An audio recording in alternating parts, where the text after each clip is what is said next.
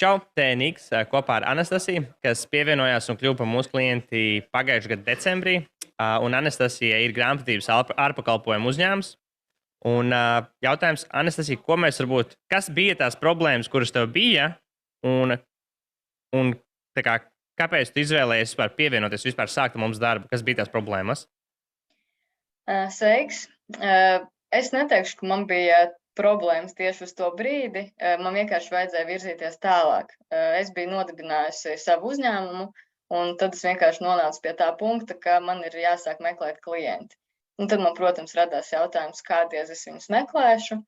Tad man, protams, veiksmīgi izlicu reklāmu jūsējā vairākas reizes. Un tad es pieteicos tā iepazīšanās sarunai. Un tad mēs tā kaut kā nonācām līdz tam. Bet galvenā tā doma bija tam, ka ir jāatrod klienti, lai varētu sākt strādāt. Un kā mums gāja? Kādi bija tie rezultāti? Vai kas notika tālāk, kad mēs sākām strādāt? Viss bija brīnišķīgi. Bija Niks Stara, kas man palīdzēja izveidot reklāmu. Es sagatavoju tekstu. Bildi sagatavoju, un viņš vienkārši ļoti labi izveidoja to mērķa auditoriju sanāk, jo viņa rādījās tiem cilvēkiem, kam ir Facebookā biznesa lapa. Tie bija arī, protams, privātie, kuri droši vien bija mani draugi vai caur paziņām, bet, būtībā reklāma nonāca pie tiem cilvēkiem, kam bija nepieciešami grāmatvedības pakalpojumi. Vai vismaz viņiem bija uzņēmums, citi arī mainīja grāmatvedus, jo kaut kas nav apmierinājis iepriekšējos, piemēram. Tā.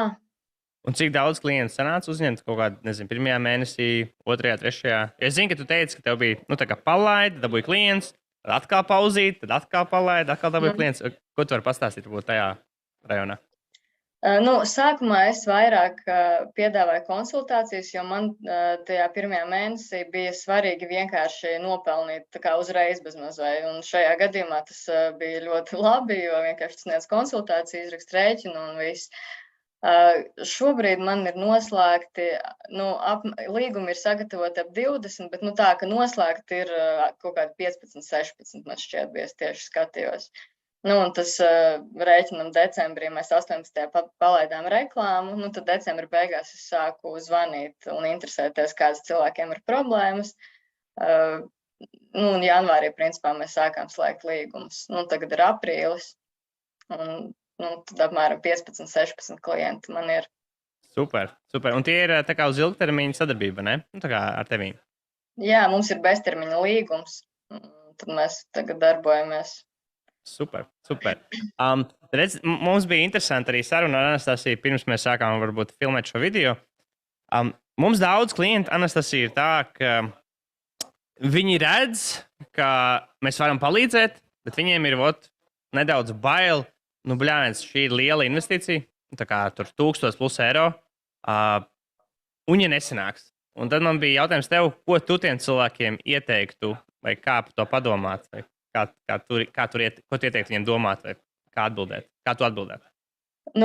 Es nācu ar domu, ka viss sanāks. Man nebija šaubu, es biju visādos veidos izpētījusi, jūs teiksim, tā arī skatījusies atsauksmes un tā, bet man bija tā pārliecība, ka būs. Bet atkal manā gadījumā, pat cik man tas pakalpojums atkārtojas katru mēnesi vai katru gadu vai katru ceturksni, tad es zināju, ka man ir svarīgi dabūt kaut kādu klientu loku, kas man pastāvīgi nes šo peļņu. Man ir grūti spriest par to, kā ir tiem, kam ir pieņemsim prece, vai arī, ka viņiem ir jāmeklē tiešām daudz tie klienti, lai varētu viņu pārdot. Bet tas, ka reklāma nonāks īstajās rokās, par to nevajadzētu šaubīties. Investīcija ir liela, jā, bet man viņa jau ir atmaksājusies. Jebkurā gadījumā, protams, kādam tas var prasīt ilgāku laiku, tikai daļa tā, ka ir cita tur darba specifika, piemēram, bet es noteikti ieteiktu, ja gribas attīstīties, ir tīpaši un gribas kaut ko vairāk panākt, ir arī dažādi tie video zvani un tur čati, kur ir līdzīgi domājoši vienkārši cilvēki. Un, principā, ja tu esi tajā sabiedrībā, kur cilvēki arī kaut ko vairāk grib, tad tevi pašu motivē tas arī kaut ko darīt vairāk. Jā, klienti tagad jau paliek arvien vairāk, un, principā, es saprotu, ka man ir jābūt gatavai tam brīdim, ka man vajadzēs drīz meklēt arī palīgu, jo es vienkārši nespēšu nodarboties ar tādām ļoti vienkāršām ikdienišķām lietām. Tā kā tā. Super. Un kādi ir tavi plāni nākošajam gadam, 2 gadiem? Tu jau bišķi ieskicēji, bet uzliekam kādi ir tavi plāni, lai citi arī interesanti varētu būt.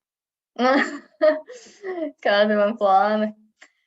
Pagaidām īstenībā man ir jāiestrādājas ar esošiem klientiem, un principā es sākšu meklēt palīgu un nodošu daļu darbu viņam, lai es varu tīri tur gatavot atskaitas un tādas lietas, pievērsties tur varbūt tās pašai kaut kādām apmācībām šajā jomā un tā. Tad vienkārši droši vien laidīšu to pašu reklāmu, kas diezgan labi aizgāja. Un nāks jauni klienti un meklēšu jaunus palīgus. Bet super, bet tā arī vajag, tas ir forši. Es tev novēlu arī, lai tev ir liela komanda, liels uzņēmums, lai viss sanāk. Tas ir perfekti. Tāds mērķis arī būtu, jā. Super.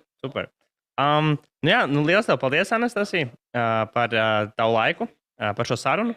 Ar šo video cerams palīdzēsim arī citiem cilvēkiem.